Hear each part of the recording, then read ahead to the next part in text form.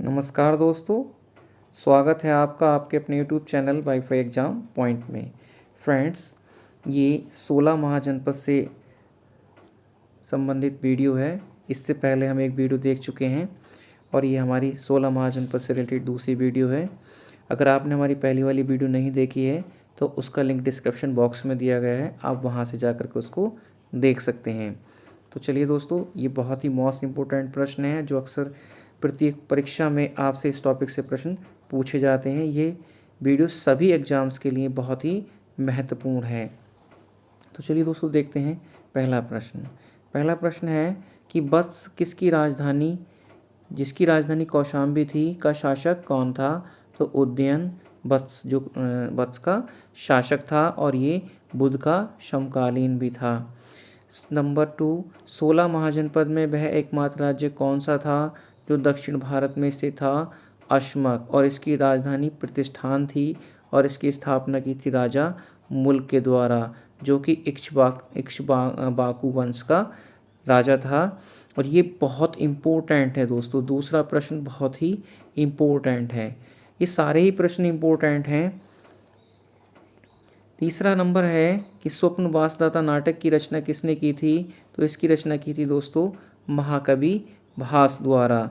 Friends, अगर आपने अभी तक हमारा चैनल सब्सक्राइब नहीं किया है तो आप इसको सब्सक्राइब कर लें और बेल का आइकन को प्रेस कर दें, जिससे हमारी आने वाली वीडियो की नोटिफिकेशन आपको सबसे पहले मिल सके। तो चलिए दोस्तों, देखते हैं चौथा प्रश्न नंबर कि मगध का उल्लेख सर्वप्रथम किस वेद में मिलता है? तो ये अथर्ववेद में मिलता है और ये इम्पोर्टेंट प्रश्न है। सभी प्रश्न इम्पोर्टेंट हैं दोस्तों। अगला है 5 नंबर है कि मगध का सबसे प्राचीन राजवंश कौन सा था? तो वह बृहदरथ इसका राजवंश था और बृहदरथ का संस्थापक बृहदरथ खुद था। मगध की आरंभिक राजधानी वसुमती या गिरिब्रिज की स्थापना किसने की थी? तो वसु ने की थी। जरासंध किसका पुत्र था दोस्तों? तो बृहदरथ का पुत्र था। और बृहदरथ वंश का अंतिम शासक कौन था?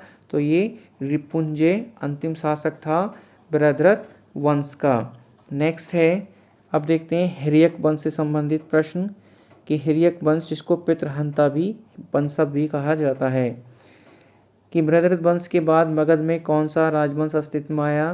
तो वह था हिर्यक वंश। और हिर्यक वंश की स्थापना किसने की थी? तो बिंबिसार ने की थी, जिसने शासन किया था 544 ईसा पूर्व से 492 ईसा पूर्व तक, और मगध साम्राज्य पर इन्होंने शासन किया था। 12वां नंबर है दोस्तों कि जैन साहित्य में बिंबिसार को किस नाम से संबोधित किया गया है? तो ये श्रेणीय के नाम से इसको जैन साहित्य में संबोधित किया गया है। नेक्स्ट है 13 नंबर कि बिंबिसार की राजधानी का क्या नाम था? तो वह था गिरिब्रज यानी राजगृह। 14 नंबर कि बिंबिसार ने किस प्रकार अपने साम्राज्य का विस्तार किया था? तो विजयों, अभियान के द्वारा और तथा वैवाहिक संबंधों के द्वारा। 15 नंबर है कि बिंबिसार ने अपना प्रथम विवाह किसके साथ किया था? तो वह लिच्छवी गणराज्य के शासक चेटक की बहन चेलना के साथ में, जिसको छलना भी कहा जाता था। नेक्स्ट है 16 नंबर कि बिंबिसार ने द्वितीय विवाह किसके साथ किया था? तो कौशल नरेश प्रसेनजीत की बहन, जिसका नाम था महाकौशला, के साथ, तथा दहेज में इसको काशी का जो प्रांत था वह मिला था। 17 नंबर है कि बिंबिसार ने तृतीय विवाह किसके साथ किया था? तो वह मध्य देश के कुरु क्षेत्र के समीप, जिसको बोलते हैं, या कुरु के समीप की राजकुमारी क्षेमा के साथ में इन्होंने विवाह किया था। तो 3 विवाह तो ये कर चुके हैं। नेक्स्ट है कि बिंबिसार ने अवंती के जो शासक थे चंडप्रद्योत, इनको पीलिया हो गया था, जिसको पांडु पीलिया को पांडु नाम दिया गया है, नामक बीमारी को ठीक करने के लिए अपने एक वैद्य को भेजा था, जिसका क्या नाम था? तो वह था जीवक। यानी जीवक किसके दरबारी राजवैद्य थे? तो वह थे आपके बिंबिसार के। अगला है कि बिंबिसार ने अंग देश के किस शासक को हराकर अंग राज्य को अपने साम्राज्य में मिला लिया था? तो ब्रह्मदत्त को हराकर। 20 नंबर है कि बिंबिसार बौद्ध तथा जैन धर्मों को मानता था, यानी दोनों धर्मों को ये मानने वाला था, जैन धर्म को भी और बौद्ध धर्म को भी। 21 नंबर है कि राजगृह नवीन नगर की स्थापना किसने की थी? तो वह भी बिंबिसार ने। और बिंबिसार की हत्या किसने की थी दोस्तों? तो बिंबिसार की हत्या की थी अजातशत्रु ने, जो कि उसका पुत्र था। और ये बिंबिसार का पुत्र था। इसने अपने पिता की हत्या करने के बाद में मगध का साम्राज्य अपने हाथों में ले लिया था और इसको कुणिक के उपनाम से भी जाना जाता था, यानी इसको कुणिक भी कहा जाता था। और इसका शासनकाल था 492 ईसा पूर्व से 460 ईसा पूर्व तक। नेक्स्ट है इसी से संबंधित प्रश्न कि अजातशत्रु अपने पिता बिंबिसार की हत्या करके मगध के सिंहासन पर कब बैठा था? 492 ईसा पूर्व में। 24 नंबर, अजातशत्रु ने कौशल नरेश प्रसेनजीत को हरा दिया था, किंतु बाद में दोनों में समझौता हो गया था और प्रसेनजीत ने अपनी पुत्री बजीरा का विवाह अजातशत्रु के साथ कर दिया था। यहाँ दोस्तों एक खास बात यह है कि इसके पिता बिंबिसार ने भी प्रसेनजीत की बहन से शादी की थी और अजातशत्रु ने प्रसेनजीत की जो पुत्री है उससे विवाह किया था। 25 नंबर है कि अजातशत्रु भी बौद्ध धर्म तथा जैन धर्म ये भी दोनों को मानता था। अजातशत्रु के शासनकाल में 8वें वर्ष में, यानी अजातशत्रु का जब 8 वर्ष का शासन कर लिया था और 8वें वर्ष में भगवान बुद्ध को परिनिर्वाण प्राप्त हुआ था।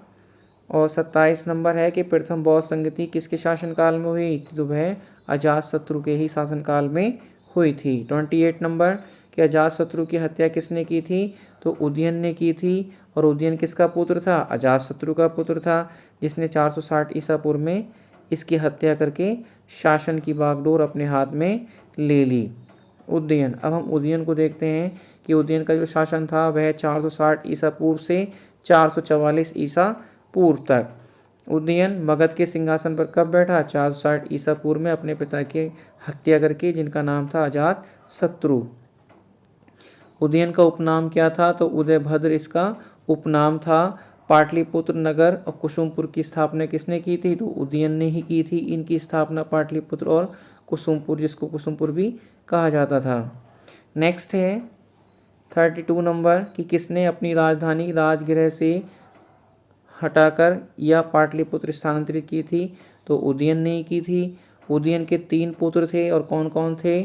तो अनिरुद्ध था, मुंडक और नागदशक, ये इसके 3 पुत्र थे उदयन के। 34 नंबर, जनता ने इन पितृहंताओं हैं दोस्तों, यहाँ पे संस्थाओं लिख गया है, को शासन से उतार कर शिशुनाग नामक एक योग्य अमात्य को राजा बनाया। इसी ने ही शिशुनाग वंश की नींव डाली। तो आप देखते हैं शिशुनाग वंश। शिशुनाग वंश का जो समय था वह था 412 ईसा पूर्व से 394 ईसा पूर्व तक। दोस्तों इससे संबंधित एक विशेष जानकारी है कि इस वंश का संस्थापक शिशुनाग था। ये बनारस के राजा का गवर्नर था। शिशु अवस्था में इसके माता पिता ने इसको परित्याग कर दिया था और उसकी एक रक्षा जो थी नाग ने की थी, इसलिए इसका नाम शिशुनाग पड़ा और ये शिशुनाग वंश की स्थापना इन्होंने की थी। 35 नंबर है कि कालाशोक 394 ईसा पूर्व से 336 ईसा पूर्व तक, इसका जो उपनाम क्या था कालाशोक का? तो काकवर्ण इसका उपनाम था कालाशोक का। द्वितीय बौद्ध संगति किसके शासनकाल में हुई थी दोस्तों? तो वह हुई थी वैशाली में कालाशोक के शासन काल में। बहुत ही इंपॉर्टेंट प्रश्न है। वीडियो अच्छी लग रही है तो इसको लाइक करते रहें, अपने फ्रेंड के साथ शेयर करते रहें और अगर अभी तक हमारे चैनल सब्सक्राइब नहीं किया है तो इसको जल्दी से सब्सक्राइब कर लें और बेल के आइकन को प्रेस कर दें। 37 नंबर है कि कालाशोक की हत्या के बाद कालाशोक के 10 पुत्रों ने लगभग कितने वर्षों तक शासन किया था? 22 वर्ष तक। और इनमें सबसे प्रसिद्ध था महानंदिन, और महानंदिन को नंदी बर्मन भी कहा जाता है और इसने 396 ईसा पूर्व से 344 ईसा पूर्व तक शासन किया था मगध पर। शिशुनाग वंश का अंतिम शासक कौन था? तो वह महानंदिन, और इसको महानंदिन या नंदी वर्मन भी इसको कहा जाता है। देखते हैं दोस्तों नंद वंश की स्थापना।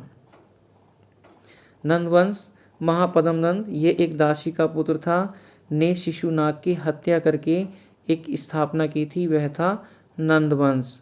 40 नंबर, गैर क्षत्रिय शासकों में महापद्म नंद प्रथम शासक था। किस अभिलेख से जानकारी प्राप्त होती है कि महापद्म नंद कलिंग से जैन प्रतिमा उठाकर लाया था? तो वह हाथी गुम्फा के अभिलेख से ये जानकारी प्राप्त होती है कि वह जो है कलिंग से जैन प्रतिमा उठा करके लाया था। पुराणों में महापद्म नंद को क्या कहा गया है? तो दोस्तों इसको एक छत्र या एक राठ शासक कहा गया है, और व्याकरणाचार्य जो हमारे पाणिनि जी हैं वो इसके मित्र थे। नेक्स्ट है कि नंद वंश का अंतिम शासक कौन था? तो वह घनानंद था। और सिकंदर ने जब आक्रमण किया था तब शासक कौन था? तब भी धनानंद था। और नंद वंश के शासक किस धर्म के मतावलंबी थे? वह जैन धर्म के मतावलंबी थे। 46 नंबर है कि धनानंद ने जनता पर अत्यधिक कर लगा दिया था, जिससे जनता में उसके प्रति असंतुष्ट थी, मतलब प्रति जागृत हो गई थी। इसी का फायदा उठा करके चंद्रगुप्त मौर्य ने चाणक्य की सहायता से उसको पराजित कर दिया था और मौर्य वंश की स्थापना कर दी थी, जो कि 322 ईसा पूर्व से 298 ईसा पूर्व तक चंद्रगुप्त मौर्य का शासनकाल माना जाता है। दोस्तों ये बहुत ही इम्पोर्टेंट प्रश्न थे। अगर आपको वीडियो अच्छी लगी हो तो इसको लाइक कर दें और शेयर कर दें। अगर आपने अभी तक हमारा चैनल सब्सक्राइब नहीं किया है तो आप इसको सब्सक्राइब कर लें और बेल का आइकन को प्रेस कर दें, जिससे हमारी आने वाली वीडियो की नोटिफिकेशन आपको सबसे पहले मिल सके। एंशिएंट हिस्ट्री की वीडियो अगर नहीं देखी है तो उसका लिंक डिस्क्रिप्शन बॉक्स में दिया गया है, आप वहां से जाकर के उसको देख सकते हैं, या आप हमारा टेलीग्राम चैनल भी ज्वाइन कर सकते हैं जिसका लिंक डिस्क्रिप्शन बॉक्स में दिया गया है, या आप वाईफाई एग्ज़ाम पॉइंट सर्च करके भी चैनल को सर्च कर सकते हैं टेलीग्राम पर जाकर। वीडियो देखने के लिए दोस्तों धन्यवाद। मिलते हैं नेक्स्ट वीडियो में, तब तक के लिए जय हिंद।